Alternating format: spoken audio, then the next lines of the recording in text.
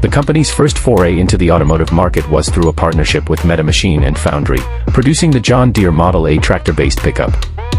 In the early 1960s, John Deere collaborated with Rio Motor Company to create the Deere Rio trucks, including the 1964 Deere Rio pickup. However, this partnership ended in 1965.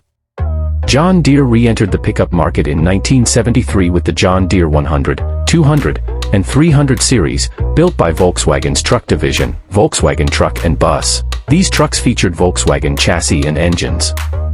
In 1975, John Deere introduced the 400 and 600 series, built by Mitsubishi Fuso Truck and Bus Corporation. These models offered improved performance and capabilities.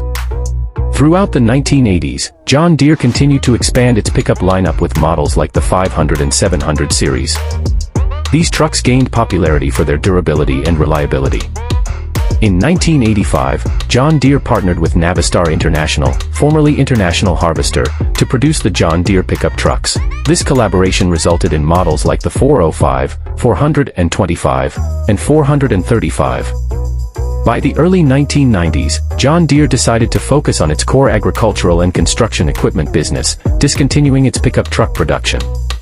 Today, John Deere is renowned for its agricultural machinery, construction equipment, and lawn care products, but its pickup truck legacy remains a fascinating chapter in the company's diverse history. John Deere's pickup trucks may no longer be in production, but they maintain a loyal following among collectors and enthusiasts, showcasing the company's innovative spirit and commitment to quality.